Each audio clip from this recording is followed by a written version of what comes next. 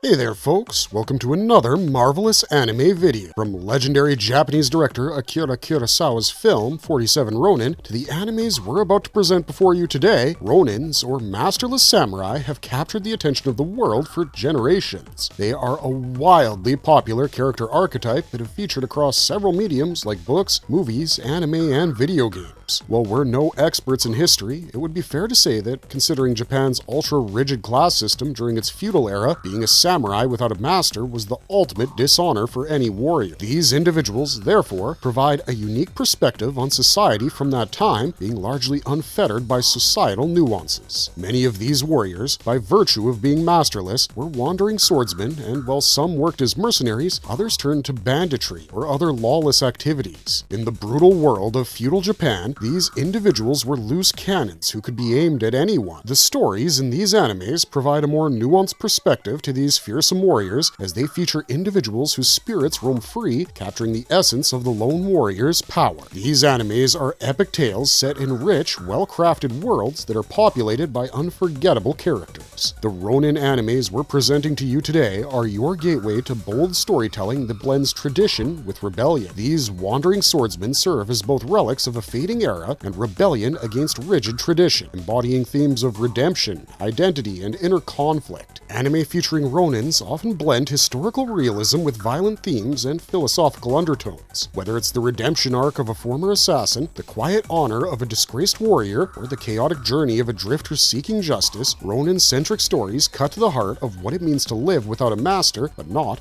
without a code. From classics like Rurouni Kenshin to bold reinterpretations like Afro Samurai, the figure of the Ronin remains a powerful symbol of resilience and moral complexity in anime storytelling. In a world where loyalty is a memory and the sword is their only companion, these Ronin remind us that sometimes the most powerful journey is the one taken alone. So, without wasting any more time, join us as we delve into the 8 most violent and mature Ronin anime to have ever come out. Let's begin. Anyways, before we get too deep into our explanation, we have a very small request. If you like our content, please support us by subscribing to the channel. It's a small click for you, but for us, it means a lot. Thank you. Let's begin.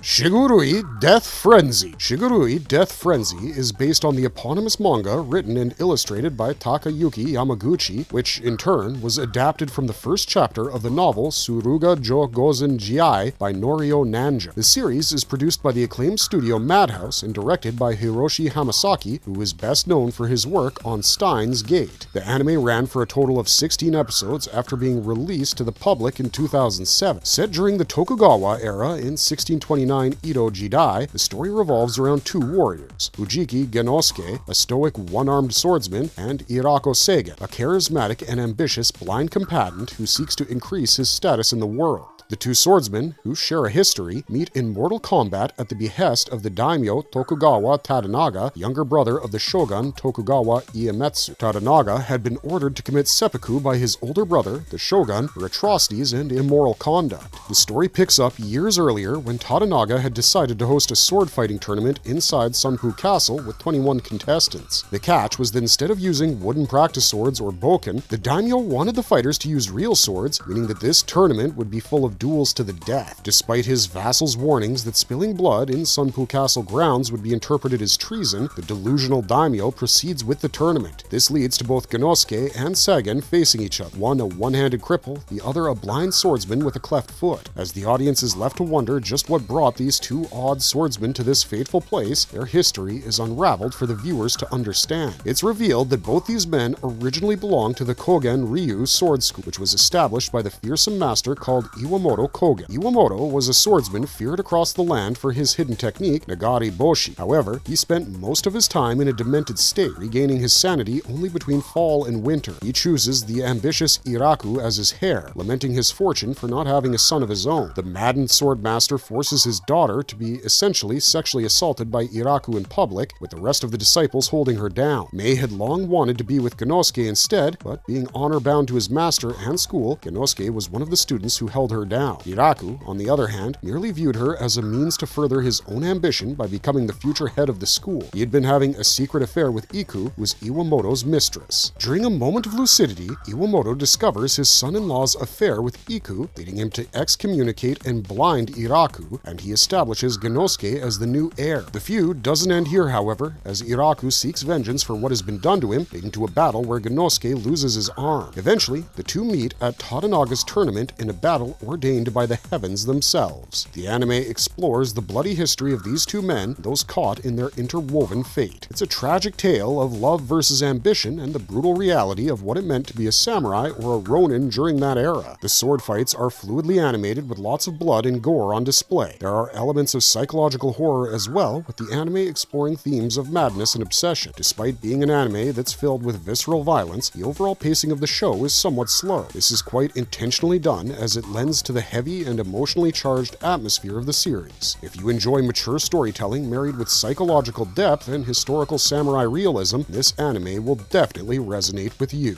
Samurai X, Trust and Betrayal. Most people are familiar with the iconic Ronin with the cross-shaped scar called Badosai, who fights with a reverse blade sword. Not many, however, know his true origins, and this is what this film, directed by Kazuhiro Furuhashi, who also directed Dororo and most recently Spy X Family, finally reveals to the audience. Meant to be a prequel to the acclaimed Rurouni Kenshi series based on the original manga written by Nobuhiro Watsuki, this is a much darker tale compared to the relatively lighthearted anime series. It follows the life of the Ronin Kenshin Himuro from his origins to the events that led him to become the pacifist familiar to us from the television series. Set in the Bakumatsu era during the final days of the Tokugawa shogunate, the young Kenshin, whose original name is revealed to be Shinta, is sold off into slavery after the death of his parents. The slaver caravan, however, is attacked by bandits, during which everyone, including 3 women who had taken Shinta in as their own, is slain while trying to protect him. Just as the boy is about to be killed by the goons, he's rescued by a master swordsman called Seijuro Hiko, who just happened to be going that way. Hiko is struck by the young boy's deep empathy for both the fallen bandits and the people who are traveling with him, and he decides to teach him his sword technique, the Haiten Mitsurugi Ryu, along with rechristening him Kenshin. As the young boy trains and develops into a master swordsman, his mind remains that of a petulant child. Unable to understand why his master doesn't take part in the ongoing conflict that consumes Japan, he decides to leave his training and enter the outside to make a difference with his sword. His master warns him that all he would be doing is protecting others with murder, as his hand would be guided by those who won't know what to do with his monstrous strength with the sword. Despite this, Kenshin leaves and is soon recruited by the Ishin clan as their chief assassin. Even as his soul is burdened by the atrocities he's asked to commit, he preserves on, believing that through his bloody hands he's carving out a new world where people might live in harmony. It's during this time he meets Yukishiro Tomoe, a runaway girl from a noble family who accuses him of making the rain bleed.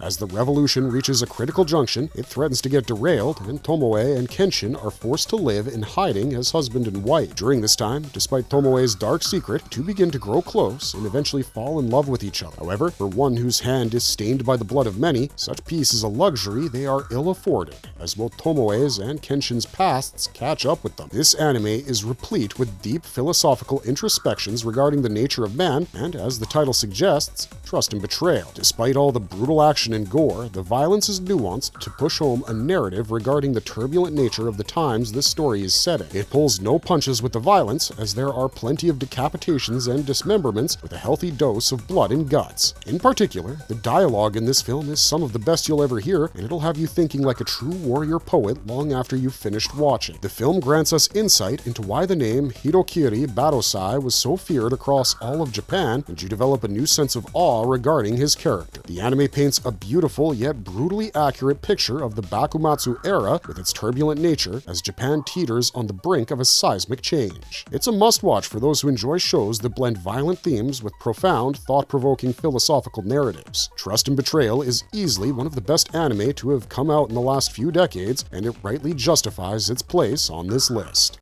Afro Samurai. After a young boy witnesses his father getting murdered in cold blood by a Ronin who tells the boy to seek him out when he's ready to duel a god, we're thrust into a bloody, murderous tale of revenge. In the world of Afro Samurai, the one who bears the #1 headband is considered to be the strongest in existence. However, only an individual bearing the #2 headband is allowed to challenge the #1 warrior in a duel to claim top spot. What the boy had witnessed was his father losing his title to the then #2 warrior known as Outlaw Justice. Now bearing the #2 headband that he got after defeating his own master, young Afro wanders the land seeking out his father's killer to get his revenge. At this time, he has to contend with numerous powerful foes who all want him dead in order to gain his #2 headband. This is the destiny of the man who bears this headband, as unlike the top warrior, he's free game for anyone and everyone, from his former best friend who wants him dead for killing their master, to ninjas and assassins belonging to nefarious groups who covet the headband for themselves. Afro must cut off all ties and allegiances if he's to come out on top. Set in a world that's an amalgamation of feudal and futuristic elements, Afro Samurai is based on the doujinshi manga written and illustrated by mangaka Takashi Okazaki. The original series ran from January to February 2007 for just 5 episodes. The soundtrack for the anime was created by the RZA from the Wu-Tang Clan, mixing East Asian music with urban hip-hop beats. The series is gritty, featuring graphic violence and nudity. There's plenty of blood spilled due to decapitations and dismemberment as Afro lays waste to everyone who stands in his path, be it former friends or assassins. This masterless samurai will stop at nothing till he defeats Outlaw Justice, avenging his father's death and establishing himself as the strongest in the land.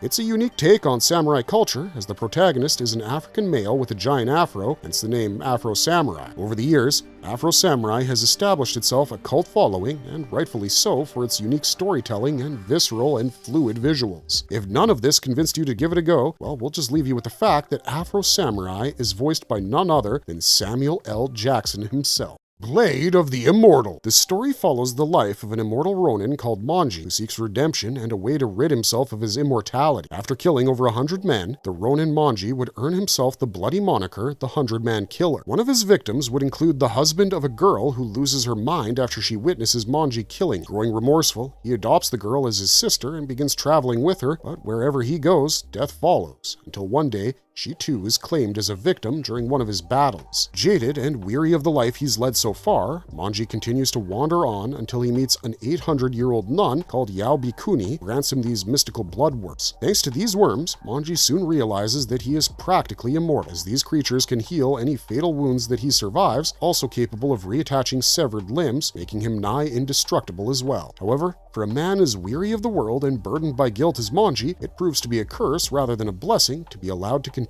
living forever. He vows to slay another 1,000 men, the caveat that these individuals would have to be evil. Only then would he give up his immortality. As he continues his journey for redemption, he comes across a young girl named Rin Asao, whose entire family had been butchered by a group of Ronins who were collectively called the Ito Ryu. This group, and its leader, Onatsu Kagehisa, believe that there is no room for honor and fair play, as any technique that guarantees victory is embraced by him. The group goes around challenging dojos and killing their vanquished masters, destroying the schools in the process as they deem them too weak to exist. There's another shadowy organization that opposes them, which is equally brutal. This group, called the Mugai Ryu, are no heroes either, as they are full of unsavory characters who will employ any means to stop the Ito Ryu. Mugen even allies with them for a while until he discovers that the Mugai Ryu were composed of inmates from death row under the employment of the Tokugawa shogunate. As Manji and Rin journey together, they must tread the fine line that divides justice and vengeance. Manji is forced to contend with the difficult question of whether violence can ever lead to redemption and how many more people he and Rin must kill until they stop becoming victims. The show gives us visceral insight into the cost of violence, as characters are left physically and emotionally scarred by the trauma they've had to endure. The depiction of violence is never glorious or clean in this anime. Instead, it's messy and painful, leaving warped and broken individuals in its wake. From the protagonists to the antagonist, none are spared this cruel fate in this merciless world. The world is full of morally ambiguous characters, including Manji, who slots seamlessly into it as one of the best depictions of an anti-hero in all of anime.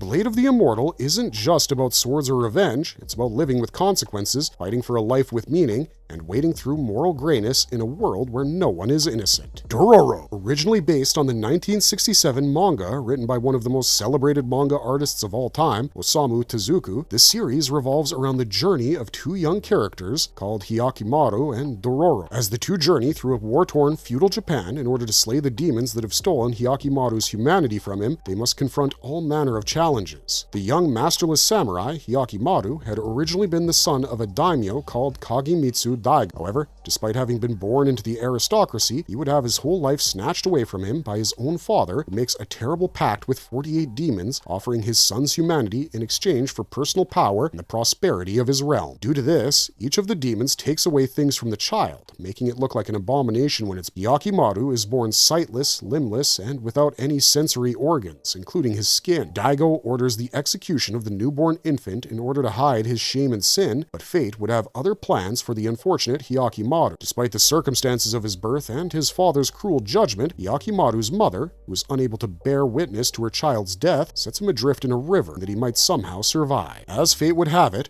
the young boy is rescued by a wandering medicine man called Jukai, finds him on an embankment, and, despite his visage, decides to raise him as his own. Jukai proceeds to build prosthetics for Hyakimaru out of the deceased body parts of war orphans, begins nursing him to health. During his childhood, Hyakimaru has another fateful encounter, this time with a traveling storyteller. This individual, upon realizing that Hyakimaru is a child of prophecy, bestows upon him a mystical sword capable of slaying demons. Not long after, he's forced to leave Jukai and set out on a journey to slay the demons who stole his humanity from him after his adopted home comes under attack. A disembodied voice informs him of his true nature and the quest he must embark on. By the time Hyakimaru meets Dororo, he has already slain over 15 demons and regained some semblance of his humanity. While the two journey on to slay the remaining demons, his father, Kagemitsu, becomes possessed by the very demons he sought to bargain with. Instead of the prosperity and power promised to him, the demons now lay waste to his realm and torment his citizens unchecked. As both father and son head towards an inevitable showdown, it will be up to the Ronin, who had been abandoned at birth, to save the very realm for which he was sacrificed. When we watch Hyakimaru's transformation over the course of the series, it's not lost to the audience that they're not just witnessing a physical transformation, but one that symbolizes much deeper things. The transition of him steadily reclaiming his humanity after being born the way he was until he's whole is depicted beautifully. The two characters play beautifully off of each other with their contrasting personalities, which instantly captivates audiences. Bonded through tragedy, the duo's journey through the beautifully rendered feudal Japan lingers in one's mind long after the anime is over. Juxtaposed against these beautiful landscapes is a story filled with malevolent supernatural beings and visceral violence. It explores themes of human suffering, the nature of humanity, identity crisis, and loneliness, to name a few. If you like surreal imagery and violent action sequences all tied up neatly in a well-written and moving storyline, then Dororo will be the complete package for you. Ninja Scroll! Set once more in feudal Japan, this one follows the journey of a Ronin by the name of Jubei Kibagame. This swordsman with a dark past is roped into taking down a group of supernatural ninjas called the Eight Devils of Kimon after he ends up saving a female kunoichi from one of these infernal assassins. These warriors are brutal and unforgiving, not a single shred of morality or honor in their bones. Employed by the shady Yamashiro clan, they intend to trade gold for advanced weaponry from Spanish traders in order to topple the Tokugawa shogunate. As Jubei gets caught up in this conspiracy, not all is as it seems, and we discover that the protagonist has a shared history with the Yamashiro clan and the Eight Devils of Kimon, having once been part of their group. Jubei must fight not only these superpowered ninjas, but his own fate in order to overcome his past. Blackmailed into doing Tokugawa's dirty work by a spy who poisons him and offers to give him the antidote only after he slays all the devils of Kimon, Jubei sets out on a journey that will have him take on familiar foes from a life that he tried to leave behind. Directed by one of the most renowned Japanese anime directors, Yoshiaki Kawajiri, who is responsible for films like Demon City Shinjuku, Wicked City, Vampire Hunter D Bloodlust, and The Animatrix, this film doesn't fail to live up to the hype. It's still beloved by fans for its hand-drawn and fluid animations, along with its iconic violent scenes. This anime truly defined an entire genre for a very long time, setting the standards so high that even now, there aren't many series out there that can match it in terms of sheer quality. Underneath all the violence, gore, and nudity, Ninja Scroll deals with very profound human themes of solitude, identity crisis, and the sins of the past. It tells us of one man's quest for redemption in a brutal and unforgiving world. This anime is definitely not one for the faint of heart, as it contains not just graphic violence, but also scenes involving sexual assault. Despite this, it's rightly widely considered a masterpiece and one we recommend you check out if you haven't already. Sword of the Stranger. Set in the Sengoku era of feudal Japan,